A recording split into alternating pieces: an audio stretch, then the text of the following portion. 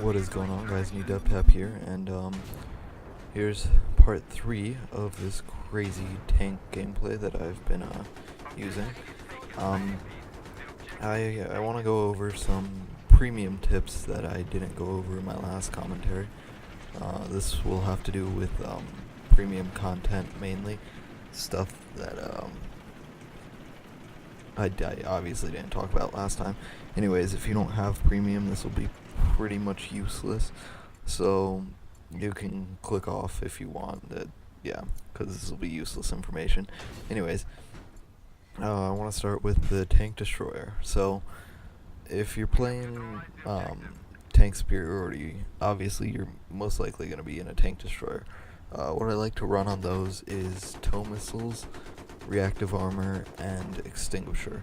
Now, there's a couple of reasons I use tow missiles. One, they do 50 damage straight up, if you didn't know that. So it's if you hit them with the tow missile, they can be one hit disable from the back, and then you can finish them off with your primary. Also, you can control the tow missile, so gives you a little more maneuverability, and it just has a lot of damage, so I like to use it. Now, the extinguisher, that may sound a little off because it's the only vehicle I use extinguisher on, but here's why.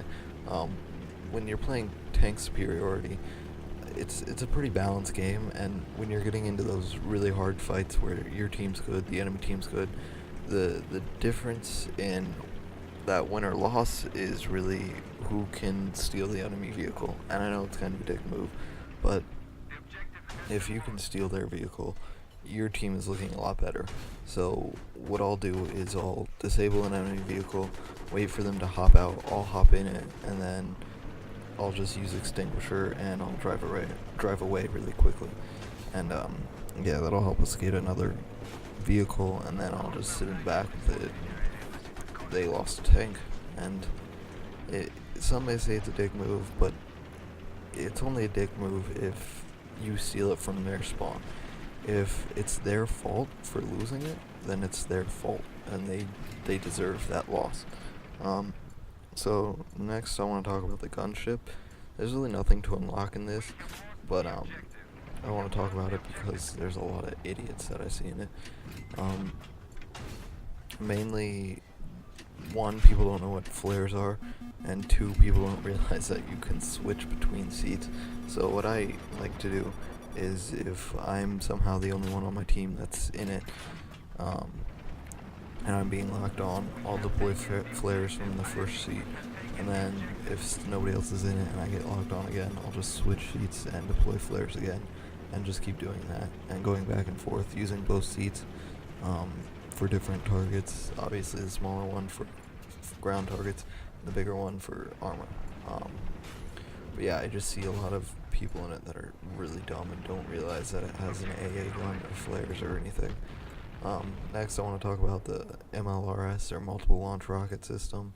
I think in the game it's just called rocket artillery, but what I like to run on it is AA, because a lot of helicopters and jets really come in and they mess you up, so it's good to just have AAs as a deterrent more than it is a killer, but it'll keep jets and choppers away. I also use proximity defense because it's a very weak vehicle, so if somebody tries to come up and put C4 on you or repair torch you, you can just deploy the proximity defense and it kills everybody within a certain radius around you. And I use auto reload as my last option because the other choices aren't necessarily that powerful and that good in general, and auto reload just allows you to shoot more rockets faster. So it's not that good of a weapon, but if you do plan on trying to level it up or get service stars with it, I would recommend a setup such as that, and use your mini-map when using it. I mean, that's the only way you can use it, is to pull up the map and look where your shells are landing. So be smart with that, and don't take it out into the open. Up next is more going into Aftermath than Armored Kill, but the Phoenix, a lot of people don't know how to use it. It's really powerful. It just is really weak. So what you need is two people generally, one person on the grenade launcher and one engineer just repairing it. You can take out tanks with this thing, no problem. You can disable a tank in 9 hits. So you want to use that to your advantage. Basically, when you're rushing with that thing, you're going to rush up, put 9 shots into the tank, disable it, and then have your tank come in behind you and take it out. And that'll drop the enemy, that'll cause the enemy to lose their armor and have you guys have a tank by your side. So you may lose the Phoenix in the process, but you'll have tank support, so it's fine. Now, this is a general rush rule now that I think about it, but when you're rushing, a lot of people don't really know when to rush up. You can actually time it correctly by looking in the top left corner.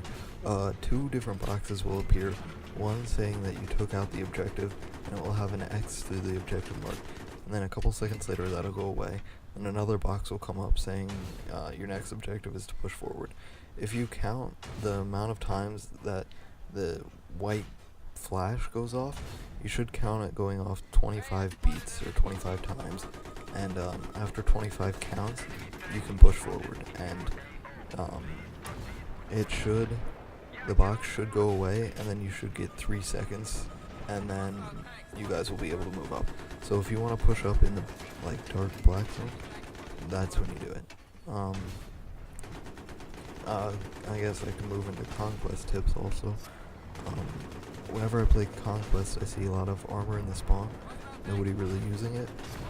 Use that armor, because, well, it's sitting there. It helps your team, so why not use it? And last of all, CTF.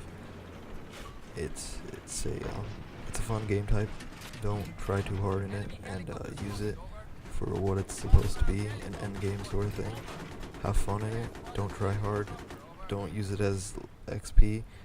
Use it to take a break from the chaos of Conquest and Rush for leveling up. And yeah, that's pretty much it. Thanks for watching. Remember to rate, comment, and subscribe. I love you all, and I'm out.